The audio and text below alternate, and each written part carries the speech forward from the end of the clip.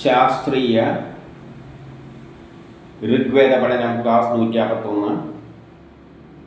നമ്മളിന്ന് നോക്കുന്നത് മണ്ഡലം 1 സൂക്തം 83. ഇതിലെ ദേവതി ഇന്ദ്രൻ തന്നെയാണ്. ഈ ഇന്ദ്രനെ നമ്മൾ ഓരോരിക്കൽ പറയുമ്പോൾ ഇന്ദ്രനെ പറ്റി കുറച്ച് പറയുന്നുണ്ടെങ്കിൽ അത് ശരിക്കും ആൾക്കാർക്ക് മനസ്സിലാക്കാൻ കുറച്ച് സമയമെടുക്കും. ഒരു ചിന്തിച്ചിട്ട് സയൻസിലൂടെ ശാസ്ത്രീയമായി ചിന്തിച്ചാലേ ആ ഇന്ദ്രനെ മനസ്സിലാവുകയുള്ളൂ. അതുപോലെ തന്നെയാണ് വേദങ്ങളിൽ ഇപ്പോൾ എല്ലാം ഉപയോഗിക്കുന്ന ഒരു പദമാണ് ബ്രഹ്മം. എന്താണ് ബ്രഹ്മം? ഈശ്വരൻ എന്ന് പറയും. അതിനെപ്പറ്റി 108 ഉപനിഷത്തിലൂടെയാണ് വിവരിച്ചിരിക്കുന്നത്. ഭാഗവതത്തിലെ എല്ലാ ശക്തിവിശേഷത്തെയാണ് പറയുന്നത്. നമ്മുടെ ഉള്ളിലുള്ള, നമുക്ക് പിന്നിലെല്ലാം പ്രവർത്തിക്കുന്ന ഒരു ശക്തിവിശേഷം. അപ്പം ഈ ലോകത്തിൽ ഒരു ശക്തിവിശേഷമുണ്ട്. ഒന്നല്ല, എല്ലാം ഒന്ന് തന്നെയാണ്. ഒന്നിൽ നിന്ന് പല രൂപത്തിൽ പ്രകടമായതാണ്. ആ എല്ലാ കർമ്മത്തിൻ്റെ പിന്നിലും ഒരു ശക്തിവിശേഷമുണ്ട്. പക്ഷെ യുക്തിവാദികൾ എന്താ പറയാന്ന് വെച്ചാൽ അങ്ങനെയൊന്നുമില്ല, സയൻസാണ് ഉള്ളത്. ശരി, സയൻസ് തന്നെയാണ് വേദം, ജ്ഞാനം, അറിവ് എന്നെല്ലാം പറയുന്നത്. ഈശ്വരൻ, ബ്രഹ്മം, ശാസ്ത്രമാണ്, സയൻസാണ്. ശരിയാണ്. സയൻസ് ഉണ്ടെങ്കിൽ അതിൻ്റെ അടിസ്ഥാനത്തിലാണ് എല്ലാം ഉണ്ടാകുന്നത്. അപ്പം സയൻസ് ഉണ്ട്. പക്ഷെ സയൻസ് മാത്രം ഉണ്ടായാൽ പോരാ, അതിനെ ഏകോപിപ്പിക്കാനൊരു ശക്തി വേണം. കാരണം സയൻസ് ഒരു ശാസ്ത്ര തത്വമാണ്, എല്ലാവർക്കും അറിയുന്ന കാര്യം തന്നെയാണ്. പക്ഷെ സയൻസ് മാത്രം ഒന്നും സാധിപ്പിക്കാൻ കഴിയുന്ന സ്റ്റേജിലല്ല. ഉദാഹരണമായിട്ട് നമുക്കറിയാം,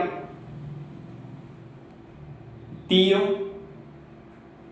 എണ്ണയും ഉണ്ടെങ്കിൽ പെട്ടെന്ന് തീ പിടിക്കും. അതൊരു സയൻസ് തന്നെയാണ്. തീയും പെട്രോളും ഉണ്ടെങ്കിൽ തീ പിടിക്കും. അപ്പോൾ ഇവിടെ പെട്രോൾ കിടക്കുന്നു, ഇവിടെ തീ കിടക്കുന്നു, ഇങ്ങനെ ചാടിപ്പോയി പിടിക്കുകയൊന്നുമില്ല. അപ്പോൾ ഈ പെട്രോള് തീൻ്റെ അടുത്ത് എത്തിയാലേ പിടിക്കുകയുള്ളൂ. ഒരു പെട്രോൾ ഒരു കുപ്പിയിൽ വെച്ചിട്ട് ആ കുപ്പി മൂടി വെച്ചിട്ട് അടുത്ത് ചുറ്റും തീ ഉണ്ടായതുകൊണ്ട് കയറി പിടിക്കണം എന്നില്ല. എങ്കിലതിന് മൂടി തുറന്നിട്ട് കാണിച്ചു കൊടുക്കണം. അപ്പം എന്തൊരു പ്രവൃത്തി ചെയ്യണമെങ്കിലും അവിടെ അതിനെ ഇളക്കിയിട്ട് യോജിപ്പിക്കണം. അതിന് ചെയ്യാൻ ഒരാൾ വേണം. ഇപ്പം ഏറ്റവും ചെറിയൊരു കർമ്മം ചെയ്യാൻ തന്നെ ഒരാളിൻ്റെ അകത്ത് ആവശ്യമുണ്ട്. അതുകൊണ്ടാണ് ടെക്നോളജി എന്ന് പറയുന്നത്. Science and technology. ടെക്നോളജി എന്താണ്? ആപ്ലിക്കേഷനാണ്. അപ്ലൈ ചെയ്യണ്ടെങ്കിൽ, സയൻസിനെ പ്രയോഗത്തിൽ വരുത്തണ്ടെങ്കിൽ ഒരു ശക്തിവിശേഷം വേണം. അത് മനുഷ്യരാണ്, നമ്മളാണെങ്കിലും മനുഷ്യരാണ് ചെയ്യുന്നത്. പക്ഷെ മനുഷ്യരല്ലാലോ ഈ പ്രപഞ്ചം ഉണ്ടാക്കുമ്പോൾ മനുഷ്യൻ്റെ ഇല്ലല്ലോ. അപ്പൊ എന്തെല്ലാം രാസപ്രവർത്തനങ്ങൾ അവിടെ നടക്കുന്നുണ്ടെന്ന് നമ്മളിപ്പോൾ രക്തം എടുത്ത് നോക്കി മൈക്രോസ്കോപ്പിലോട്ട് നോക്കുമ്പോൾ അതിൻ്റെ അകത്ത് എന്തെല്ലാം ആക്ടിവിറ്റീസാണ് നടക്കുന്നത്. അപ്പൊ അതിലെല്ലാം അവിടെ നടക്കുന്നതിന് ഏകോപിപ്പിക്കാൻ ഒരു ശക്തിവിശേഷമുണ്ട്. വെറും സയൻസ് ഉണ്ടായാൽ പോരാ. സയൻസിൽ നിന്നൊരു പ്രേരകശക്തി ഉത്ഭവിക്കും. ആ പ്രേരകശക്തിയാണ് അതിനെയെല്ലാം ഉദാഹരണമായിട്ട് ഹൈഡ്രജനും ഓക്സിജനും കൂടിച്ചേർന്നിട്ടാണ് ജലം ഉണ്ടാകുന്നത്. പക്ഷെ ഹൈഡ്രജൻ എന്ന് പറഞ്ഞാൽ 2 ഹൈഡ്രജൻ ഇങ്ങനെ ചേർന്നിട്ടാണ് നിൽക്കുന്നത്. ഓക്സിജൻ ഇതേമാതിരി 2 എണ്ണം കൂടിച്ചേർന്നിട്ടാണ് നിൽക്കുന്നത്. അപ്പോൾ ആദ്യം എന്തുകൊണ്ട് ഇങ്ങനെ പൊട്ടിക്കണം, ഓക്സിജനെയും വേർപെടുത്തണം. എന്നിട്ട് അതിൻ്റെ 2 എണ്ണം എടുത്തിട്ട് 2 ഹൈഡ്രജൻ എടുത്തിട്ട് ഒന്നോട് ചേർത്തിട്ട് ഏത് തരത്തിൽ ചേർക്കണം? ഒരു പ്രത്യേക തരത്തിൽ ചേർക്കണം. അപ്പോൾ അതിനെല്ലാം ഒരു പ്രേരക ശക്തി ഇതിനെയെല്ലാം പൊട്ടിക്കാനും അതിനെയെല്ലാം യോജിപ്പിക്കാനും അവിടെ ആക്ട് ചെയ്യുന്നുണ്ട്. അതിൻ്റെ അകത്തൊരു ശക്തിയുണ്ട്. ആ ശക്തിക്കാണ് വേദം, ഇന്ദ്രൻ എന്ന് പറയുന്നത്. അങ്ങനെ ഒരു ശക്തി ഇല്ലെങ്കിൽ ഇത് കൂടിച്ചേരില്ല. ഇങ്ങനെ പൊട്ടിച്ച് ചേർക്കണ്ടെങ്കിൽ ഒരു പ്രേരക ശക്തി വരുന്നുണ്ട്. അത് സയൻസിന്റെ അടിസ്ഥാനത്തിൽ തന്നെയാണ്. അപ്പൊ സയൻസിൽ നിന്ന് ഒരു പ്രേരക ശക്തി വരുന്നുണ്ട്. ആ പ്രേരക ശക്തിയാണ് എല്ലാ പ്രപഞ്ചത്തിലുണ്ടാകുന്ന കർമ്മങ്ങൾക്ക് പിന്നിലും ആക്ട് ചെയ്യുന്നത്. ആ പ്രേരക ശക്തിയെ ഇന്ദ്രനായി മനസ്സിലാക്കണം. അപ്പൊ ആദ്യം അതിനെ ഒന്ന് മനസ്സിൽ ഉറപ്പിച്ചേക്കണം. അതുകൊണ്ടാണ് എപ്പോഴും ഇന്ദ്രൻ ഇങ്ങനെ എടുത്തെടുത്ത്. അപ്പൊ ആ ഇന്ദ്രൻ എങ്ങനെയാ പ്രവർത്തിക്കുകയുള്ളൂ? സയൻസിന്റെ അടിസ്ഥാനത്തിലേ പ്രവർത്തിക്കുകയുള്ളൂ. അപ്പം ഒരു രാസപ്രവർത്തനത്തിലെ പ്രധാന ഘടകങ്ങൾ എന്തെല്ലാണ്? പ്രേരിപ്പിക്കുന്ന ഒരു ശക്തി ഉണ്ട്, ഒരു സയൻസ് ഉണ്ട്. അതിനാണ് സ്തുതികൾ എന്നെല്ലാം പറയുന്നത്. ഒരു സയൻസ് ഉണ്ട്, അതായത് സ്തുതികളുണ്ട്. അതിൽ നിന്നൊരു പ്രേരക ശക്തി ഉത്ഭവിക്കും. അനുകൂല സാഹചര്യം വരുമ്പോൾ, അനുകൂല സാഹചര്യത്തിനാണ് മിത്രവരുണന്മാർ എന്നെല്ലാം പറയുന്നത്. ആ അനുകൂല സാഹചര്യം വരുമ്പോൾ അതിൽ നിന്നൊരു ബലം ഉത്ഭവിച്ചിട്ട് ആ സയൻസ് തത്വത്തിൻ്റെ അടിസ്ഥാനത്തിൽ അതിനെ ഏകോപിപ്പിക്കും. അതിനാണ് ഇന്ദ്രൻ എന്ന് പറയുന്നത്. അപ്പം നമ്മൾ അതിന് വേണ്ടിയിട്ട് എന്ത് വേണം? വേണ്ട വസ്തുക്കൾ നമ്മൾ കൊടുക്കുകയും വേണം. നമ്മൾ വസ്തുക്കൾ കൊടുക്കുക. ആ കൊടുക്കുന്ന വസ്തുക്കൾക്കാണ് സോമം എന്ന് പറയുന്നത്. അപ്പം നമ്മൾ കൊടുക്കുന്ന വസ്തു എങ്ങനെ കൊടുക്കണം? ഒരു സയൻസിൻ്റെ അടിസ്ഥാനത്തിൽ കൊടുക്കണം. അങ്ങനെ കൊടുക്കുമ്പോൾ അവിടെ ഒരു ബലം, ഒരു പ്രേരക ശക്തി ഉത്ഭവിക്കും. അതാണ് ഇന്ദ്രൻ. ആ ഇന്ദ്രനാണ് അതിനെ പുതിയ വസ്തുവാക്കി മാറ്റുന്നത്. ആ പുതിയ വസ്തുക്കാണ് ഔട്ട്പുട്ട് എന്ന് പറയുന്നത്. അതിനാണ് നമുക്ക് ധനം കിട്ടാൻ വേണ്ടിയാണ്. അതുകൊണ്ട് ധനം എന്ന് പറയും. പണ്ട് കാലത്ത് ധനം എന്നതിന് പകരം ഉപയോഗിച്ചിരുന്ന വാക്ക് ഗോക്കൾ എന്നായിരുന്നു. പഴയ കാലത്ത് ഗോക്കളദാനം ചെയ്തു, ഗോക്കളദാനം ചെയ്തു എന്ന് പറയുന്നത് കാരണം അന്നത്തെ കാലത്ത് ഗോക്കളായിരുന്നു. അപ്പൊ ഗോക്കൾ എന്നത് ഉദ്ദേശിക്കുന്നത് പണമാകാം, എന്താണോ പുറത്തേക്ക് കിട്ടുന്നത് അതെല്ലാം ഗോക്കളാണ്. അപ്പൊ കൊടുക്കുന്ന വസ്തുവിനെ ഇൻപുട്ട് എന്ന് പറയും. അതിനാണ് സോമം. അവിടെ ആർക്ക് കൊടുക്കുന്നു? അതിൻ്റെ അകത്ത് ദർ ഈസ് എ സയൻസ്. ആ സയൻസ് ഉണ്ട്. അതിനാണ് സ്തുതികൾ, സ്തോത്രം എന്നെല്ലാം പറയുന്നത്. അതിൽ നിന്ന് വരുന്ന ഏകോപിപ്പിക്കുന്ന ശക്തിക്കാണ് ഇന്ദ്രൻ എന്ന് പറയുന്നത്. അപ്പം നമ്മൾ കൊടുക്കുന്നത് ഇന്ദ്രന് കൊടുക്കുന്നു, സയൻസിൻ്റെ അടിസ്ഥാനത്തിൽ കൊടുക്കുന്നു, സ്തുതികളുടെ അടിസ്ഥാനത്തിൽ കൊടുക്കുന്നു. ഇന്ദ്രൻ അതിനെ ഔട്ട്പുട്ടാക്കിയിട്ട് ഗോക്കളാക്കിയിട്ട് ഉൽപ്പന്നമാക്കിയിട്ട് നമുക്ക് തരും. ഇത് വെച്ചുകൊണ്ട് നമുക്ക് ഒന്നാമത്തെ മന്ത്രത്തിലേക്ക് പോകാം. ഋഗ്വേദം മണ്ഡലം 1 സൂക്തം 83-1. ഋഷി ഗൗതമൻ ദേവത ഇന്ദ്രൻ ഛന്ദസ് ജഗതി തൃഷ്ടുപ്പ്. അശ്വാവതി പ്രഥമോ ഗോഷു ഗച്ഛതി സുപ്രാ അവീർ ഇന്ദ്രാ മർത്യസ്തവോദിഭിഃ തമേത് പ്രണക്ഷി പശുനാ ഭവീയസ സിന്ധുമാപോ യഥാഭിതോ വിചേതസഃ. ഇന്ദ്രൻ രക്ഷിക്കുന്ന മനുഷ്യൻ ഗോക്കളോടുകൂടിയ ധനവാന്മാരിൽ പ്രമുഖനായിത്തീരുന്നു. ജലം എല്ലാ ഭാഗത്തിൽ നിന്നും സമുദ്രത്തിലേക്ക് പോകുന്നത് പോലെ ഇന്ദ്രൻ പ്രധാന ധനികനെ വീണ്ടും ധനികനാക്കി മാറ്റുന്നു. ഇന്ദ്രനോട് പറയാണ്, നീ രക്ഷിക്കുന്ന മനുഷ്യർ. ഇന്ദ്രൻ ആരെയെ രക്ഷിക്കുകയുള്ളൂ? യജ്ഞം ചെയ്യുന്നവരെ രക്ഷിക്കുകയുള്ളൂ. എന്തെങ്കിലും വസ്തുക്കളെല്ലാം കൊടുത്ത് സയൻസിൻ്റെ അടിസ്ഥാനത്തിൽ കൊടുക്കുമ്പോഴാണ് ഇന്ദ്രൻ വരുന്നത്. അപ്പം യജ്ഞം ചെയ്യുന്നവരെ, മനുഷ്യരെ രക്ഷിക്കുമ്പോൾ ആ മനുഷ്യരെന്തോട് ആയിത്തീരുന്നു? ഗോക്കളോടുകൂടിയ ധനം നേടുന്നവരായിത്തീരുന്നു. ഗോക്കൾ എന്ന് പറയുന്നത് നമ്മൾ കൊടുക്കുന്ന വസ്തു പുതിയ വിലയുള്ളൊരു വസ്തുവായി മാറും. ആ വിലയുള്ള വസ്തുവിന് ഗോക്കൾ എന്ന് പറയും.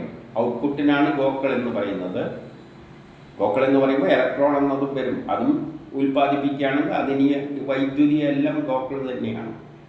അപ്പം ഗോക്കൾക്ക് പല അർത്ഥമുണ്ട്. ഔട്ട്പുട്ട്, ഇലക്ട്രോൺ ഇല്ലേ. നമുക്ക് പണ്ട് കാലത്ത് ഗോക്കൾ എന്ന് പറഞ്ഞാൽ ധനം. അപ്പോൾ നമ്മളൊരു വസ്തു കൊണ്ട് യജ്ഞം ചെയ്ത് കഴിഞ്ഞാൽ യഥാർത്ഥത്തിൽ ധനം തന്നെയാണ് നേടുന്നത്. ഇന്ന് ധനം നേടുന്നതെന്നേ പറയും. നമ്മളെന്തെങ്കിലും കർമ്മം ചെയ്തിട്ട് പണം ഉണ്ടാക്കിയോ, അവൻ ജോലി ചെയ്തിട്ട് പണം ഉണ്ടാക്കിയോ എന്നാണ് ചോദിക്കുന്നത്. അവന് ജോലിക്ക് പോകുന്നുണ്ടോ, പണമെല്ലാം കിട്ടുന്നുണ്ടോ എന്ന്. അല്ല, ജോലി എന്താണ് ചെയ്യുന്നത്? അവിടെ കൃഷി ചെയ്യുകയാണോ, അല്ല റേഡിയോ ഉണ്ടാക്കുകയാണോ, TV ഉണ്ടാക്കുകയാണോ, സർവീസ് ചെയ്യണോ, അതൊന്നും ചോദിക്കില്ല. പൊതുവെ എന്ത് ചോദിക്കും?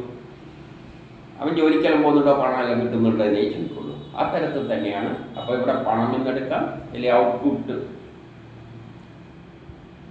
ടെക്നിക്കലായിട്ട് പറയുമ്പോൾ ഔട്ട്പുട്ട് അല്ലെങ്കിൽ ഗോക്കൾ എന്ന് പറയും. അപ്പോൾ മനുഷ്യർ യജ്ഞം ചെയ്യുന്ന മനുഷ്യർക്ക് ഇന്ദ്രൻ എന്താക്കുന്നു? ധനം നൽകുന്നു, ഗോക്കളെ നൽകുന്നു.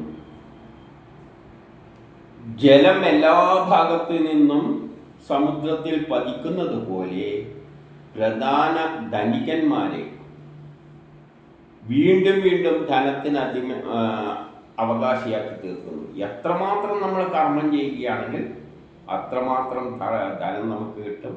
നമ്മൾ കൂടുതൽ കൂടുതൽ ഉൽപ്പാദിപ്പിക്കുക, പ്രൊഡക്ടിവിറ്റി ഇമ്പ്രൂവ് ചെയ്യുക.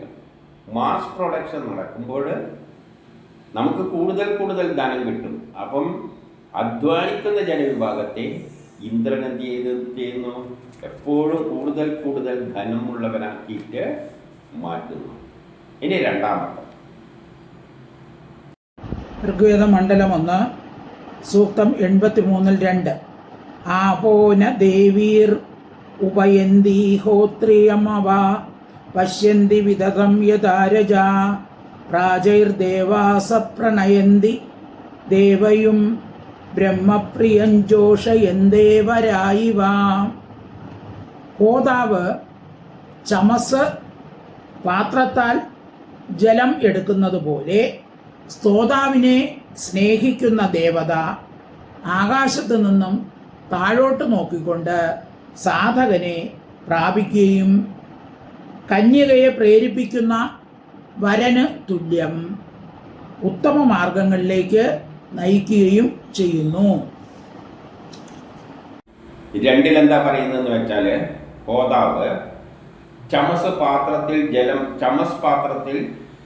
ജലം എടുക്കുന്നത് പോലെ, യജ്ഞം നടത്തുന്നവര് പാത്രത്തിലാണ് ജലമെടുക്കുക. എന്തെങ്കിലും പാത്രത്തിൽ വേണം യജ്ഞങ്ങൾ നടത്താൻ, ഒരു പാത്രം വേണമല്ലോ. അടുപ്പ് തന്നെ ഒരു പാത്രമാണ്. നമ്മളിപ്പോൾ തീ കത്തിക്കണ്ടെങ്കിൽ അടുപ്പിലാണ് തീ കത്തിക്കുക. അപ്പം അതേപോലെ എടുക്കുന്നത് പോലെ, അപ്പം നമ്മൾ കർമ്മം ചെയ്യുമ്പോൾ നമുക്ക് കർമ്മം ചെയ്യേണ്ട വസ്തുക്കൾ പാത്രത്തിൽ എടുക്കുന്നത് പോലെ സ്തോതാവിനെ സ്നേഹിക്കുന്ന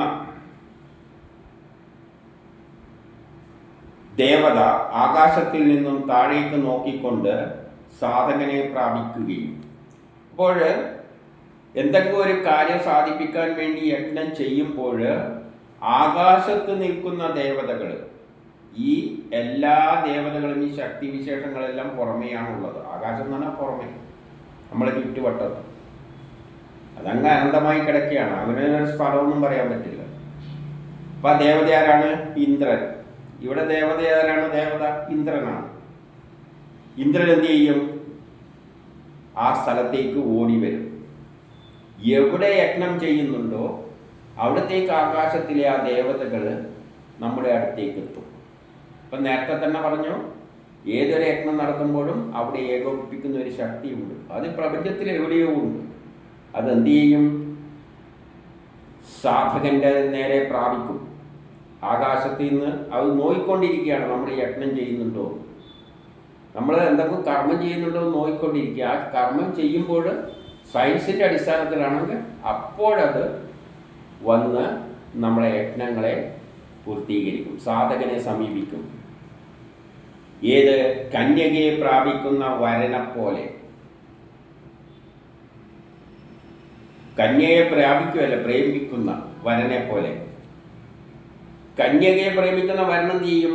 വന്നു ചേരുന്നത് പോലെ യജ്ഞത്തെ സ്നേഹിക്കുന്ന ഈ ദേവതകൾ ആരെങ്കിലും യജ്ഞം ചെയ്യാൻ വരും ഉദ്ദേശിക്കുമ്പോൾ അവരുടെ അടുത്തേക്ക് ഓടി വരും.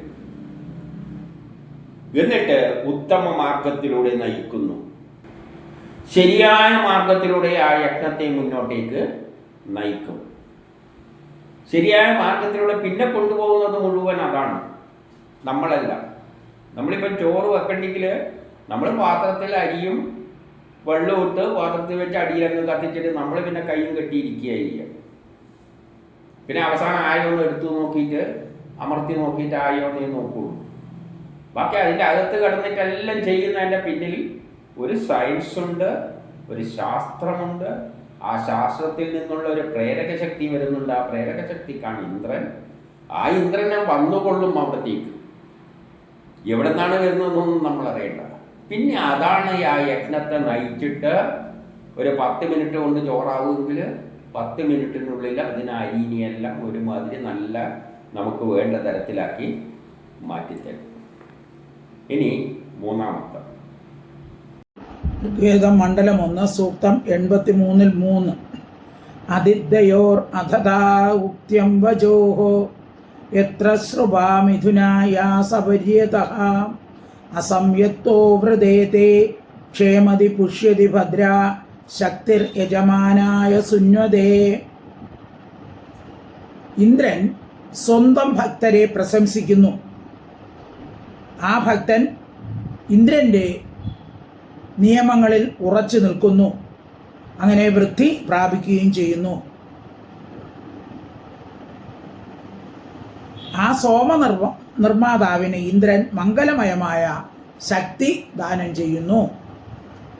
പറയുകയാണ്, ഇന്ദ്ര നീ സ്വന്തം ഭക്തരില്, നിന്റെ ഭക്തരിൽ നിന്നാണ് ഇന്ദ്രനെ ഉദ്ദേശിച്ചുകൊണ്ട് കർമ്മം ചെയ്യുന്ന ആൾക്കാരില് പ്രശംസായുക്തമായ വചനങ്ങൾ ചൊരിയുന്നു. ആ ശാസ്ത്രതത്വവും ഇന്ദ്രന്റെ കൂടെയാണ് വരുന്നത്. ഇന്ദ്രനും ആ സയൻസും ബന്ധപ്പെട്ടിട്ടാണ് നിൽക്കുന്നത്. സയൻസിൽ നിന്നാണ് ഇന്ദ്രൻ വരുന്നത്. ഇല്ല, ഇന്ദ്രന്റെ കൂടെയാണ് ആ സയൻസ് ഉള്ളത്, ശാസ്ത്രതത്വമുള്ളത്, വചനങ്ങളുള്ളത്, വേദവചനങ്ങൾ. ആ വചനങ്ങൾ നിങ്ങൾ എന്ത് ചെയ്യുന്നു? ഭക്തരിലേക്ക് ദാനം ചെയ്യുന്നു. ഭക്തരിൽ എന്ന് പറഞ്ഞാൽ യജ്ഞം ചെയ്യാൻ താല്പര്യമുള്ളവരിൽ, എന്തും കർമ്മം ചെയ്യാൻ, ചോറ് വെക്കാൻ താല്പര്യമുള്ളവരിലാണെങ്കിൽ ചോറ് വെക്കേണ്ട മാർഗം ആദ്യം അവരിലെത്തുന്നു. ചോറ് വെക്കുന്നവർക്ക് ആദ്യം എന്തറിയണം? അഗ്നി ഉപയോഗിച്ചിട്ട് എങ്ങനെ അരിയെ ചോറാക്കി മാറ്റാം.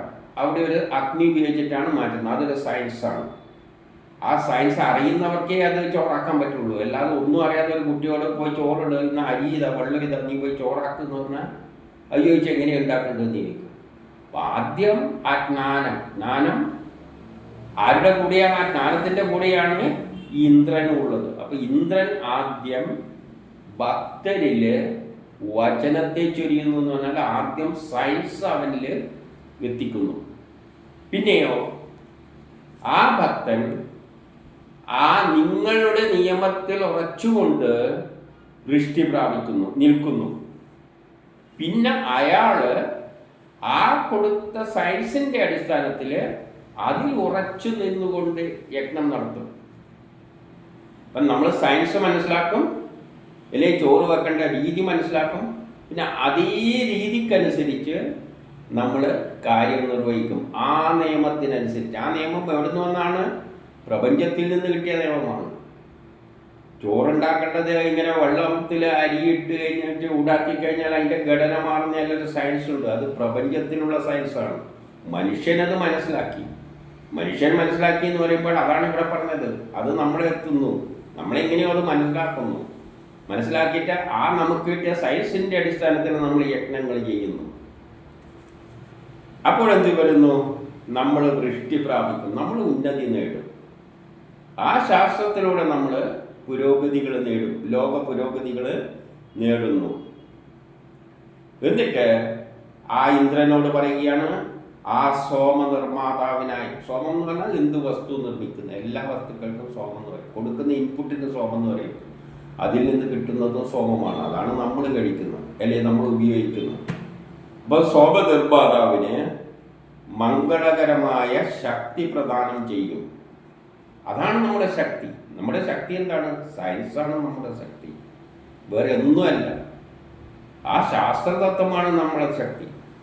ആ സയൻസിൻ്റെ അടിസ്ഥാനത്തിലാണ് നമ്മൾ പല പല കാര്യങ്ങൾ ചെയ്തിട്ട് ലോകത്തെ പുരോഗമിപ്പിക്കുന്നത്. അത് സയൻസിൻ്റെ അടിസ്ഥാനത്തിൽ നമ്മൾ കർമ്മം ചെയ്യുമ്പോൾ ഇന്ദ്രൻ വന്നിട്ട് നമുക്കതിന് വേണ്ട സഹായങ്ങൾ ആ നമ്മൾ ഉദ്ദേശിച്ച തരത്തിൽ സയൻസിൻ്റെ അടിസ്ഥാനത്തിൽ നമുക്കതിന് പുതിയ പുതിയ വിഭവങ്ങൾ ഉണ്ടാക്കി തരുന്നു.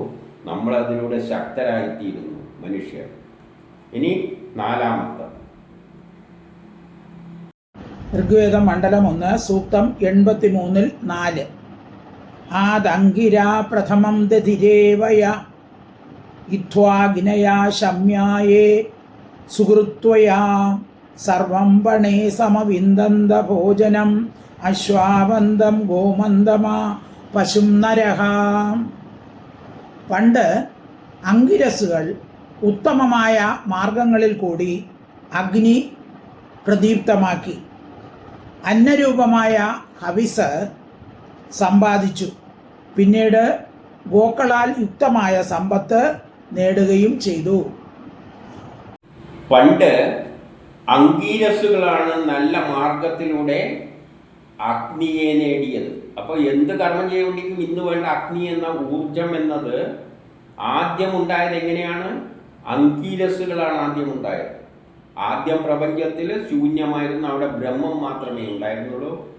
ബ്രഹ്മത്തിൽ നിന്ന് ആദ്യം കണങ്ങൾ ഉണ്ടായി, വളരെ സൂക്ഷ്മമായ കണങ്ങൾ. അതായത് ഊർജം കണരൂപത്തിലായി മാറുന്നു. ഇലക്ട്രോണും പ്രോട്ടോണും അല്ല, അതിനെക്കാട്ടിയും സൂക്ഷ്മമാണ്. അതിനാണ് അങ്കീരസുകൾ എന്ന് പറയുന്നത്.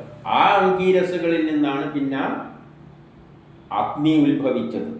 അവ കൂടിച്ചേർന്നിട്ടാണ് ഇലക്ട്രോണും പ്രോട്ടോണുകളെല്ലാം മാറി. അപ്പോൾ അതിൻ്റെ ഇടക്കുന്ന് ആറ്റങ്ങളായി മാറി. ആറ്റങ്ങളെല്ലാം കൂടി ചേരുമ്പോൾ അതിൻ്റെ അകത്ത് ഊർജം പുറത്തേക്ക് വരും. അപ്പം അങ്കീരസുകൾ ശാസ്ത്രതത്വത്തിൻ്റെ അടിസ്ഥാനത്തിൽ ചില ശാസ്ത്രതത്വങ്ങൾ മനസ്സിലാക്കിയിട്ട് എന്ത് പറയുന്നു? ഉത്തമമായ മാർഗത്തിൽ കൂടി അഗ്നി പ്രദീപ്തമാക്കി. ആദ്യം അങ്കീരസുകൾ ഉണ്ടായി. അങ്കീരസുകൾ ശരിയായ ശാസ്ത്രതത്വങ്ങൾ ഉത്തമമായ മാർഗത്തിലൂടെ അഗ്നിയെ പ്രകടമാക്കി. എന്നിട്ടോ അന്നരൂപമായ ഹവിസ് അങ്ങനെ ഉൽപ്പാദിപ്പിച്ചു. പിന്നെ ആ അഗ്നി ഉപയോഗിച്ച് ഈ ഉണ്ടായ വസ്തുക്കളെ എല്ലാം പലതരത്തിൽ കൂട്ടിച്ചേർത്തിട്ടാണ് പല സാധനങ്ങൾ ഈ പ്രപഞ്ചത്തിൽ ഉണ്ടായത്. അതാണ് ഹവിസ്സുകൾ. പലതരം ഹവിസ്സുകൾ ഉൽപ്പാദിപ്പിച്ചു. പിന്നീട് ഗോക്കളാൽ യുക്തമായ സമ്പത്ത് നേടുകയും ചെയ്തു. അങ്ങനെ ആ ഹവിസ്സുകളെല്ലാം ഉപയോഗിച്ചുകൊണ്ടാണ് ഗോക്കളാൽ യുക്തമായ, ഗോക്കൾ എന്ന് പറഞ്ഞാൽ ഇലക്ട്രോൺ, ഇതിലെല്ലാം ഏറ്റവും അധികം പങ്കെടുത്തിരിക്കുന്നത് ഇലക്ട്രോണുകളാണ്. ഗോക്കളാൽ യുക്തമായ സമ്പത്തുകൾ നേടി. ഗോക്കൾ എന്ന് പറഞ്ഞാൽ അവിടെ ഇലക്ട്രോണുകളാണ്. അപ്പോൾ ആദ്യം അങ്കീരസുകളുണ്ടായി, ചെറിയ സൂക്ഷ്മമായ കണങ്ങൾ. അത് ആകാശം മുഴുവൻ നിറഞ്ഞു, വല വിരിക്കുന്നത് പോലെ നിറഞ്ഞു. അവയാണ് കൂടിച്ചേർന്നിട്ട് അഗ്നിയെ അഗ്നി എന്ന രൂപത്തിലേക്ക് അതിനെ പ്രകടമാക്കി.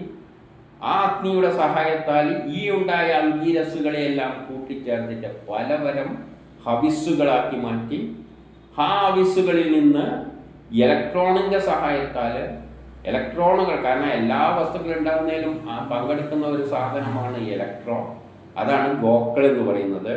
ഗോക്കളാൽ യുക്തമായ സമ്പത്തുകൾ ഉണ്ടാക്കി. നമ്മൾ ഇന്ന് കാണുന്ന എല്ലാ സമ്പത്തുകളും എല്ലാ വസ്തുക്കളും അഗ്നിയുടെ സഹായത്താൽ സയൻസിൻ്റെ അടിസ്ഥാനത്തിൽ അതിൽ ഇന്ദ്രനും പങ്കെടുത്തിട്ടുണ്ട്. ശാസ്ത്രത്തിൻ്റെ അടിസ്ഥാനത്തിൽ ആദ്യം അങ്കീരസുകൾ ഉണ്ടാവുകയും പിന്നെ അതിൽ നിന്ന് അഗ്നിരൂപം ഉണ്ടാവുകയും അഗ്നിയുടെയും അങ്കീരസുകളുടെയും കൂടി ചേർന്നുകൊണ്ട് പലതര സമ്പത്തുകളായി മാറി. ഈ പ്രപഞ്ചത്തിലുള്ള എല്ലാ വസ്തുക്കളായിട്ടും മാറി. ഇനി 5 ഋഗ്വേദം മണ്ഡലം 1 സൂക്തം 83-5. യജ്ഞൈരഥർവാ പ്രഥമ പ്രേതസ്തദേതതാ സൂര്യോ വ്രതപാവേന ആജനി ആഗാ ആജത് ഉശനാ കാവ്യസ്ത ച യമസ്യ ജാതം അമൃതം യജാമഹേ. ആദ്യം അഥർവ മഹർഷി സ്വർഗമാർഗത്തെ വെട്ടിത്തെളിച്ചു. പിന്നീട് സൂര്യരൂപനായ ഇന്ദ്രൻ പ്രത്യക്ഷനായി. അപ്പോൾ ഉശനനാൽ ഗോക്കൾ ആനയിക്കപ്പെട്ടു. നമുക്ക് ശത്രുനാശകനായ ഇന്ദ്രനെ പൂജിക്കാം. ആദ്യം അഥർവ മഹർഷി സ്വർഗത്തെ വെട്ടി തുറന്നു. നമുക്കായിട്ട് സ്വർഗം തുറക്കുക എന്ന് പറഞ്ഞാൽ സ്വർഗലോക സമാനമായ പ്രപഞ്ചം ഉണ്ടാക്കുന്നതിന് പിന്നിൽ പ്രവർത്തിച്ച, ആദ്യം തുടക്കം കുറിച്ച ഒരു ഋഷിയായിട്ട് അഥർവനെ എടുക്കാമെങ്കിലും അഥർവ ഋഷി എന്ന് പറയുന്നത് അഥർവവേദത്തിൻ്റെ മഹർഷിമാരാണ്. അഥർവവേദം എന്ന് പറയുന്നത് സയൻസും ടെക്നോളജിയും എന്ന് പറയുന്നത് സയൻസാണ്. 3 വേദങ്ങൾ: Rigvedam, Yajurvedam, Samavedam. Science and Atharvavedam, technology. പഠിച്ച ശാസ്ത്രത്തെ പ്രയോഗത്തിൽ വരുത്തുന്നതാണ് ടെക്നോളജി. ബയോളജിയിൽ ശരീരശാസ്ത്രം എല്ലാം പഠിച്ചിട്ട് അതിനെ ഉപയോഗിച്ചുകൊണ്ട് ചികിത്സിക്കുന്ന ശാസ്ത്രമാണ് ഡോക്ടർമാർ. ഫിസിക്സും കെമിസ്ട്രിയും എല്ലാം പഠിച്ചിട്ട് അതിനെ ഉപയോഗിക്കുന്ന വിഭാഗമാണ് ടെക്നോളജി എഞ്ചിനീയറുമാണ്. അപ്പോൾ അഥർവവേദം എന്ന് പറയുന്നത് ടെക്നോളജിയാണ്. ഇവിടെ ഉപയോഗിക്കുകയാണ്. ഉപയോഗിക്കുമ്പോഴാണ് ആര് വരുന്നത്? ഇന്ദ്രൻ വരുന്നത്. ഉപയോഗിക്കുമ്പോഴാണ് അതിനെ ആ സയൻസിൻ്റെ അടിസ്ഥാനത്തിൽ നമ്മൾ ചെയ്യുന്ന പ്രവൃത്തിയെ പുതിയ പ്രൊഡക്റ്റാക്കി മാറ്റിത്തരുന്നത്. അപ്പോൾ അഥർവ മഹർഷി സ്വർഗത്തെ വെട്ടിത്തുറന്നു. സ്വർഗത്തിലേക്കുള്ള വഴി പുതിയ കണ്ടുപിടുത്തങ്ങൾ നടത്തിയിട്ട് സ്വർഗസമാനമായി ലോകത്തെ ആക്കാൻ അഥർവ മഹർഷിയാണ് അഥർവവേദം എഴുതിയിരിക്കുന്ന ടെക്നോളജി ആപ്ലിക്കേഷൻ. ഇന്നത്തെ നിലയിൽ ടെക്നോളജിയിലൂടെയാണ് ലോകം പുരോഗമിക്കുന്നത്, സയൻസിലൂടെയല്ല. സയൻസ് അതേമായി പ്രയോഗിക്കാൻ പറ്റില്ല. ഇപ്പോൾ ബയോളജി ശരീരശാസ്ത്രം പഠിച്ചത് കൊണ്ട് ചികിത്സിക്കാൻ പറ്റില്ല. ചികിത്സിക്കുക എന്ന് പറഞ്ഞാൽ ടെക്നോളജിയാണ്. ചായ ഉണ്ടാക്കാൻ പഠിപ്പിച്ചാൽ ചായ എങ്ങനെയാണ് ഉണ്ടാക്കേണ്ടത്? ആ വെള്ളം തിളക്കുമ്പോൾ ചായപ്പൊടി ഇടണം, എന്നിട്ട് പഞ്ചസാരയും പാലും ഇട്ടിട്ട് അങ്ങ് ചേർത്താൽ ചായയായി എന്ന് പറഞ്ഞു തരും. പക്ഷേ ഉണ്ടാക്കാൻ പോകുമ്പോൾ അത് കുറച്ച് കട്ടിയാണ്. ഏത് പാത്രത്തിലെടുക്കണം, എത്ര വെള്ളം എടുക്കണം, എത്ര വെള്ളത്തിൽ എത്ര ചായപ്പൊടി ഇടണം, ഇതെല്ലാം അതെങ്ങനെ എപ്പോഴും ഇടണം, ചായപ്പൊടി ഇടണം, ഇതെല്ലാം ടെക്നോളജിയാണ്. അതുകൊണ്ടാണ് 10 പേര് ചായ ഉണ്ടാക്കിയാൽ 10 ടേസ്റ്റ് ആയിരിക്കും. കുറേ വ്യത്യാസമുണ്ട്. അത് ടെക്നോളജിയാണ്. അപ്പം അവിടെയാണ് ഇന്ദ്രൻ വന്നിട്ട് ഇതിനെ ചായയാക്കി മാറ്റുന്ന പ്രവൃത്തിയിൽ പങ്കെടുക്കുന്നത്. അതുകൊണ്ടാണ് അഥർവ മഹർഷി അഥർവവേദത്തിലൂടെയാണ്, ടെക്നോളജിയിലൂടെയാണ് ലോകം സ്വർഗസമാനമായി മാറുന്നത്. സയൻസ് മാത്രം ഉണ്ടായാൽ പോരാ, അതിൻ്റെ ആപ്ലിക്കേഷൻ ചെയ്യുമ്പോഴാണ് ആൾക്കാരെ സ്വാധീനം വരുന്നത്. ആൾക്കാരെല്ലാം അതിൻ്റെ അകത്തും അദൃശ്യമായ ചില ശക്തികൾ കയറി വരുന്നത്. പിന്നീട് സൂര്യരൂപനായ ഇന്ദ്രൻ പ്രത്യക്ഷമാണ്. അപ്പോഴത്തെ ശേഷമാണ് ഇന്ദ്രൻ വരുന്നത്. ടെക്നോളജി അപ്ലൈ ചെയ്യുമ്പോഴാണ് നമ്മളെ സഹായിക്കാൻ ആ സയൻസിൽ നിന്നുള്ളൊരു പ്രേരക ശക്തി വന്ന് ആ അനുകൂലമായ സാഹചര്യത്തിൽ അതിനെ പുതിയൊരു പ്രൊഡക്റ്റാക്കി മാറ്റുന്നത്. അപ്പോൾ ഉശനനാൻ ഗോക്കൾ ആനയിക്കപ്പെട്ടു. അപ്പോഴാണ് ഇലക്ട്രോണുകൾ പ്രത്യക്ഷപ്പെടുന്നത്. ഒരു എന്ത് പ്രവർത്തനം നടക്കുമ്പോൾ അതിൻ്റെ അകത്തൊരു രാസപ്രവർത്തനം നടക്കും. അവിടെ എന്ത് വരും? ഗോക്കൾ വരും, ഇലക്ട്രോണുകൾ വരും. ചായ ഉണ്ടാക്കുമ്പോഴും അതിൻ്റെ അകത്ത് ഈ ഇലക്ട്രോണുകൾ തന്നെയാണ് പങ്കെടുക്കുന്നത്. ചോറുണ്ടാക്കുമ്പോഴും അതിൻ്റെ അകത്തുള്ള ഇലക്ട്രോണുകളെല്ലാം അതിൻ്റെ അകത്ത് പങ്കെടുക്കുന്നുണ്ട്. ആറ്റത്തിൻ്റെ ഘടനയിൽ മാറ്റം വരുന്നുണ്ട്. ആ ഘടനയിൽ മാറ്റം വരുത്തിയിട്ട് മാറ്റുന്നത് കൊണ്ടാണ് അരി ചോറായി മാറുന്നത്. അവിടെ ഒരു സയൻസ് ഉണ്ട്. അതിൽ ഇലക്ട്രോണുകളാണ് പങ്കെടുക്കുന്നത്. ആ ഇലക്ട്രോണുകളെ അതേമാതിരി പ്രേരിപ്പിച്ച് ചെയ്യിപ്പിക്കുന്ന ശക്തിവിശേഷമാണ് ഇന്ദ്രൻ. ഇതെല്ലാം അഥർവവേദത്തിൽ ടെക്നോളജിയായിട്ട് ബന്ധപ്പെട്ട് കിടക്കുകയാണ്. അതുകൊണ്ട് നമുക്ക് ശത്രുനാശകനായ ഇന്ദ്രനെ പൂജിക്കാം. ഇന്ദ്രനാണ് നമ്മുടെ പ്രതിബന്ധങ്ങളെയെല്ലാം മാറ്റിയിട്ട് പുതിയ പ്രൊഡക്റ്റാക്കി മാറ്റി തരുന്നത്. കാരണം every action there is equal and opposite reaction, ന്യൂട്ടൻ്റെ 3rd ലോ. അതാണ് രജോഗുണം. രജോഗുണം എന്ന് പറഞ്ഞാൽ ഇന്ദ്രനാണ് പുതിയ വസ്തുവാക്കി മാറ്റാൻ ശ്രമിക്കുന്നത്. അപ്പോൾ ദർ ഈസ് എ റിയാക്ഷൻ, അതിനെ പിന്നോട്ടേക്ക് വലിക്കുന്ന ഒരു ശക്തിയുണ്ട്. അതാണ് തമോ ഗുണം. ആ തമോ ഗുണത്തെ, ആ എതിർപ്പിനെ മറികടക്കുന്ന ശക്തിവിശേഷമാണ് ഇന്ദ്രൻ. അതുകൊണ്ട് യജ്ഞങ്ങളിൽ എന്താണ് സംഭവിക്കുന്നത്? ഒരു വസ്തുവിനെ അതിൽ നിന്നും വേറൊരു രൂപത്തിലേക്ക് മാറ്റുന്നു. അപ്പോൾ അതിനെ മാറ്റാൻ ശ്രമിക്കുമ്പോൾ ദർ ഈസ് ആൻ ഒപ്പോസിഷൻ, ഒരു എതിർപ്പുണ്ട്. ആ എതിർപ്പിനെയാണ് ഇന്ദ്രൻ മറികടക്കുന്നത്. നമ്മളൊന്നും ചെയ്യുന്നില്ല, നമ്മളതിൻ്റെ അകത്ത് ഇട്ട് കൊടുത്തിട്ട് ചൂടാക്കിയ, പക്ഷെ അതിൻ്റെ അകത്ത് ഇങ്ങനെ കുറേ ഏറ്റുമുട്ടലുകൾ, യുദ്ധങ്ങൾ നടക്കുന്നുണ്ട്. ആ എതിർപ്പിനെ മറികടക്കുന്നത് പിന്നിലുള്ള ശക്തിവിശേഷമാണ് ഇന്ദ്രൻ. അതുകൊണ്ട് എന്ത് ചെയ്യുന്നു? ആ ഇന്ദ്രനെ നമ്മൾ പൂജിക്കണം. ഇന്ദ്രനെ പൂജിക്കട്ടികൾ എന്ത് വേണം? ഇന്ദ്രൻ സയൻസിൻ്റെ അടിസ്ഥാനത്തിലേ കർമ്മം ചെയ്യുകയുള്ളൂ. സയൻസിൻ്റെ അടിസ്ഥാനത്തിലെല്ലാം ചെയ്യാം. അപ്പോൾ ഇന്ദ്രൻ അവിടെ വന്നോളും. നമ്മൾ വേറെ വിളിച്ചു കെട്ടി കൊണ്ടുവരേണ്ട ആവശ്യമൊന്നും ഇല്ല. ഇനി ആറാമത്തത് ഋഗ്വേദം മണ്ഡലം 1 സൂക്തം 83-6 ബർഹിർവാ യത്സ്വപത്യായ വൃജ്യതേർകോവാ ശ്ലോകം ആഘോഷദേ ദിവി ഗ്രാവായത്ര വദതി കാരുരുക്ത്വാ സേദിന്ദ്രോ അഭിപിത്വേഷു രണ്യതീ. മഹായജ്ഞത്തിന് വേണ്ടി ദർഭ മുറിക്കുമ്പോൾ സാധകഗണം സ്തോത്രങ്ങൾ ആലപിക്കുന്നു. സോമലത ഇടിച്ചുകൂട്ടുന്ന അമ്മിക്കല്ല് സ്തോത്ര ഉച്ചാരണം പോലെ ശബ്ദമുണ്ടാക്കുന്നു. അപ്പോൾ ഇന്ദ്രൻ പ്രസന്നനാകുന്നു. മഹായജ്ഞങ്ങൾക്ക് വേണ്ടി ദർഭ മുറിക്കുമ്പോൾ, ഇവിടെ ദർഭ എന്നത് പറയുന്നത് കൊണ്ടൊരു പുല്ലാണ്. പുല്ലിനെ പലതരത്തിലുള്ള നമ്മൾ കാണും. പുല്ലിനെ ഞാൻ മുമ്പ് പറഞ്ഞു, വൈദ്യുതിയായിട്ട് ബന്ധപ്പെട്ട കാര്യത്തിലേക്കെല്ലാം ദർഭേനെ കമ്പയർ ചെയ്യുന്നുണ്ട്. അത് വേണ്ട. സാധാരണ ഇവിടെ ഒരു വസ്തു ദർഭ വിരിച്ച് ഒരു യജ്ഞം നടത്തുമ്പോൾ ദർഭ പുല്ലിന്ന് അതിൻ്റെ നീരെടുക്കുന്നതെന്ന് വെച്ചോളൂ. അപ്പോൾ മഹായജ്ഞത്തിന് വേണ്ടി ദർഭ മുറിക്കുമ്പോൾ സാധകഗണം സ്തോത്രങ്ങൾ ആലപിക്കുന്നു. ശ്രുതിയുടെ അടിസ്ഥാനത്തിലാണ് നമ്മൾ യജ്ഞം തുടങ്ങേണ്ടത്. എന്ത് ചെയ്യുന്നതിനെക്കാട്ടി മുമ്പിൽ നമ്മളൊരു സാധനം, സാമ്പാർ ഉണ്ടാക്കണം എന്ന് വെച്ചോളൂ. ദർഭയല്ല അവിടെ മുറിക്കുന്നത്. എന്താണ് മുറിക്കുക? വെണ്ടക്ക മുറിക്കും, വഴുതിന മുറിക്കും, ഉരുളക്കിഴങ്ങ് മുറിക്കും, ഇതെല്ലാം മുറിക്കുമല്ലോ. മുളക് മുറിക്കും. ഇതെല്ലാം ഒരുമാതിരിയാണോ മുറിക്കുന്നത്? വെണ്ടക്കൊണ്ട് ഒരു മുറിക്കാതെ ഇടാൻ പറ്റുമോ? അങ്ങനെയാണോ ചെയ്യുന്നത്? ഏത് വീട്ടിൽ ചെന്ന് കഴിഞ്ഞാലും സാമ്പാറിന് വെണ്ടക്ക മുറിക്കുമ്പോൾ അതിനൊരളവ് ഉണ്ടാവും.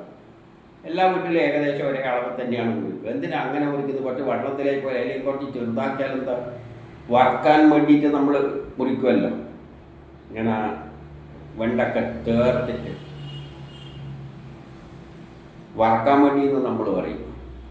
വെണ്ടക്ക വറക്കുക, തോരൻ, എന്താ പറയുക. അതുമാതിരിയെ മുറിച്ചിട്ട് സാമ്പാർ ഉണ്ടാക്കാൻ ഉപയോഗിക്കും? ഇല്ല. അപ്പം അവിടെ ഒരു സ്തുതിയുണ്ട്. അപ്പോൾ എന്ത് മുറിക്കുന്നതിനെക്കാട്ടി മുമ്പിൽ നമുക്കിതറിയണം. കുറേ സാമ്പാറിൻ്റെ സാധനം കൊടുത്തിട്ട് അറിയാതെ ഒരു കുട്ടിയോട് ഇതാ സാമ്പാർ മുറിച്ച് കെട്ടിയിട്ട് മുറിച്ചിട്ട് ഇന്ന് കെട്ടിട്ട് ഇങ്ങനെ ചെയ്താൽ മതി എന്ന് പറയുമ്പോൾ അവൻ വെട്ടക്കി എടുത്ത് മുറിക്കുമ്പോൾ ചോദിക്കും, ഇതെങ്ങനെ മുറിക്കണം, ഇത്രയായിട്ട് മുറിക്കണോ, ഇത്രയായിട്ട് മുറിക്കണം, അല്ലെങ്കിൽ ഇങ്ങനെ മുറിക്കണം, ഇതെല്ലാം സംശയിക്കും. അപ്പോൾ ആദ്യം എന്താണ് വേണ്ടത്? ആ സ്തുതികളെ സ്വീകരിക്കണം. അപ്പോൾ മഹായജ്ഞത്തിന് വേണ്ടി ദർഭ മുറിക്കുമ്പോൾ, എന്തെങ്കിലും ഒരു യജ്ഞം ചെയ്യാൻ വേണ്ടിയിട്ട് വല്ല വസ്തുക്കളും എടുത്ത് ഉപയോഗിക്കുമ്പോൾ സാധാരണ സ്തോത്രങ്ങൾ ആലപിക്കും. വേദസ്തോത്രങ്ങൾ, ബുക്കുകളിൽ പറഞ്ഞിരിക്കുന്ന സ്തുതികൾ, പാചക ഗ്രന്ഥത്തിൽ, ഇപ്പോൾ സാമ്പാറാണ് ഉണ്ടാക്കുന്ന പാചക പുസ്തകത്തിലെ സ്തുതികൾ എന്ത് ചെയ്യുന്നു? ആലപിക്കണം. സയൻസ് മനസ്സിലാക്കിയിട്ട് വേണം പണി തുടങ്ങാൻ. എന്നിട്ടോ സോമലത ഇടിച്ചുകൂട്ടുന്ന അമ്മിക്കല്ല് സ്തോത്രോച്ചാരണം പോലെ ശബ്ദമുണ്ടാക്കുന്നു. എന്നിട്ട് അതിനെ ഇടിച്ചു പിഴിയുമ്പോഴും സ്തോത്രങ്ങൾ ഉച്ചരിക്കുന്ന ശബ്ദമുണ്ടാക്കുന്നു എന്ന് പറഞ്ഞാൽ, ഇടിച്ചു പിഴിയാനും നമുക്ക് സയൻസ് ആവശ്യമുണ്ട്. തേങ്ങ എടുത്തിട്ട് അമ്മിയിലിട്ടിട്ട് അരച്ചെടുക്കാം, മിക്സിയിലിട്ടിട്ട് അടിച്ചിട്ട് പിഴിഞ്ഞെടുക്കാം. അപ്പം ഇതെല്ലാം ചെയ്യുമ്പോഴും അവിടെയും എന്തുണ്ട്? സ്തോത്രമുണ്ട്. സ്തോത്രോച്ചാരണം പോലെ ശബ്ദമുണ്ടാക്കും. ആ കർമ്മങ്ങൾ ചെയ്യുമ്പോൾ അവിടെ ഒരു ശബ്ദമുണ്ടാകുന്നത് എന്തുകൊണ്ടാണ്? അവിടെ ഒരു യജ്ഞം നടക്കുകയാണ്, അവിടെ ഒരു ഏറ്റുമുട്ടൽ നടക്കുകയാണ്. അപ്പോൾ അമ്മിക്കല്ല് സ്തോത്രോച്ചാരണം പോലെ ശബ്ദമുണ്ടാക്കും. ഒരു അമ്മിക്കല്ലെടുത്ത് ഇടിച്ച് പിഴിയാൻ ശ്രമിക്കുകയാണെങ്കിൽ അവിടെ ശബ്ദമുണ്ടാകും. എന്തുകൊണ്ടാണ് ശബ്ദമുണ്ടാകുന്നത്? അവിടെ ബലം പ്രയോഗിക്കുന്നു. ബലം പ്രയോഗിച്ചിട്ട് അതിൻ്റെ അകത്തുള്ള നീരുകളെ എടുക്കുകയായിരിക്കാം, അല്ലെങ്കിൽ അതിനൊരു കുഴമ്പ് ആക്കുകയായിരിക്കാം, അല്ലെങ്കിൽ തേങ്ങ അരച്ചിട്ട് എന്താണ് അതിന് കുഴമ്പ് എന്നല്ല പറയുക, എന്താ പറയുക, അരച്ചെടുക്കുക. അപ്പം അവിടെയെല്ലാം അമ്മിക്കല്ല് ഉപയോഗിച്ചിട്ട് എന്ന് പറയുമ്പോൾ ശബ്ദമുണ്ടാക്കിക്കൊണ്ട് അവിടെ ശബ്ദമുണ്ടാകും, യജ്ഞങ്ങൾ നടക്കുകയാണ്. അതിൻ്റെ അകത്ത് ഒരു ബലം പ്രയോഗിച്ചാൽ മാത്രമേ നമുക്ക് വേണ്ട രൂപത്തിലേക്ക് അതിനെ ആക്കിയെടുക്കാൻ പറ്റുകയുള്ളൂ. വെണ്ടൊക്കെ മുറിക്കുമ്പോഴും ശബ്ദം ഉണ്ടാവില്ലല്ലോ, എന്ത് ചെയ്യുമ്പോഴും എന്തുണ്ടാവും, അവിടെ ഒരു ഏറ്റുമുട്ടലുണ്ട്. വെണ്ട സമ്മതിക്കില്ല മുറിക്കാൻ. അപ്പം നമ്മൾ മുറിച്ച് ഈ കത്തിക്ക് മൂർച്ചയില്ല എന്ന് പറയും, എന്നിട്ട് പിന്നെ വേറെ കത്തി എടുത്തുകൊണ്ടായിരുന്നു മുറിക്കാൻ. അപ്പം അവിടെ ഒരു ഏറ്റുമുട്ടലാണ് നടക്കുന്നത്. വെണ്ട സമ്മതിക്കില്ല, വെണ്ടക്ക. അപ്പം കത്തി ഉപയോഗിച്ച് നമ്മൾ ബലം പ്രയോഗിച്ചിട്ട് അതിനെ ആറ്റങ്ങളെ അവിടെയാണ് ഇന്ദ്രൻ കയറിയിട്ട് ആറ്റങ്ങളെയെല്ലാം വേർപെടുത്തിയിട്ട് സഹായിക്കുന്നത്. നമ്മൾ ബലമേ പ്രയോഗിക്കുന്നുള്ളൂ, ബാക്കിയെല്ലാം നടക്കുന്നത് അതിൻ്റെ അകത്ത് നടക്കുകയാണ്. ചില ഇന്റേണൽ സ്ട്രക്ചറൽ ചേഞ്ചസ് എന്ന് പറയും. അപ്പോൾ ഇന്ദ്രൻ പ്രസന്നനാകുന്നു. അപ്പോഴാണ് ഇന്ദ്രൻ പ്രസന്നനാകുന്നത്. അപ്പം വസ്തു എടുക്കുന്നത് മുതൽ, ഒരു സാമ്പാർ ഉണ്ടാക്കുകയാണെങ്കിൽ സാമ്പാർ ഉണ്ടാക്കുന്നതിനുള്ള സാധനങ്ങൾ എടുക്കുന്നത് മുതൽ നമ്മൾ സയൻസിനെ ആശ്രയിക്കണം. എന്നിട്ട് ആ സയൻസിൻ്റെ അടിസ്ഥാനത്തിൽ വേണം അതിനെ മുറിക്കുകയോ തറിക്കുകയോ കട്ടാക്കുകയോ എന്തോ ചെയ്യാൻ. അങ്ങനെയെല്ലാം ചെയ്യുമ്പോൾ ഇന്ദ്രൻ പ്രസന്നനാകും. നമുക്ക് വേണ്ട തരത്തിൽ, സയൻസിൻ്റെ അടിസ്ഥാനത്തിൽ വേണ്ട തരത്തിൽ കൊടുത്താലേ ഇന്ദ്രൻ പ്രസന്നനാവുകയുള്ളൂ. അപ്പോഴേ ഇന്ദ്രൻ എന്ത് ചെയ്തേയുള്ളൂ, അതിനനുസരിച്ച് സാമ്പാർ ഉണ്ടാക്കി തരികയുള്ളൂ. അല്ലാതെ വെണ്ടക്ക എടുത്തിട്ട് കുറേ മിക്സിയിലിട്ടിട്ട് അടിച്ചിട്ട് അതിനകത്ത് ഇട്ട് കൊടുത്താലോ ഈ മുറിക്കുന്നതിന് പകരം, ഇന്ദ്രൻ പ്രസന്നനാവില്ല. ഇന്ദ്രൻ അതിന് ഒരുമാതിരി കുഴമ്പ് ഭാഗത്തിൽ ഒരു സാധനം ഉണ്ടാക്കി ഇങ്ങ് തള്ളിത്തരും. അപ്പം ഇന്ദ്രൻ പ്രസന്നനാകണ്ടെങ്കിൽ സയൻസിൻ്റെ അടിസ്ഥാനത്തിൽ നമ്മളെ വസ്തുക്കളെ സംസ്കരിച്ചിട്ട് കൊടുക്കണം. ഏതെല്ലാം ശുദ്ധീകരിച്ച് എടുത്തിട്ട് വേണം ആ രൂപത്തിൽ, വേണ്ട രൂപത്തിൽ കൊടുത്തു കഴിഞ്ഞാൽ ഇന്ദ്രൻ പ്രസന്നനാകും. നമുക്ക് വേണ്ട സാധനം, ഇപ്പോൾ സാമ്പാറാണ് ഉണ്ടാക്കേണ്ടത്, നല്ല രസമുള്ള സാമ്പാർ ഉണ്ടാക്കി തരും. അപ്പോൾ ഇവിടെ പറഞ്ഞതിൻ്റെ അർത്ഥം ഇത്രയും ഘടകങ്ങൾ നമ്മുടെ യജ്ഞത്തിൽ വരുന്നുണ്ട്. അതിൽ ഏറ്റവും പ്രധാനം സയൻസ് തന്നെയാണ്. യുക്തിവാദികൾ പറയുന്ന മാതിരി തന്നെ സയൻസ് തന്നെയാണ് എല്ലാറ്റിൻ്റെയും പിന്നിൽ. പക്ഷേ ആ സയൻസിൽ നിന്നും ഓരോ പ്രേരക ശക്തികൾ വരുന്നു, അതിനെയെല്ലാം ഏകോപിപ്പിക്കുന്നു. അതിനെയാണ് ഇന്ദ്രൻ എന്ന് പറയുന്നത്. ആ ഇന്ദ്രനെ മനസ്സിലാക്കണം, സയൻസിനെ മനസ്സിലാക്കണം. അതിൻ്റെ അടിസ്ഥാനത്തിൽ നമ്മൾ യജ്ഞങ്ങൾ ചെയ്യണം.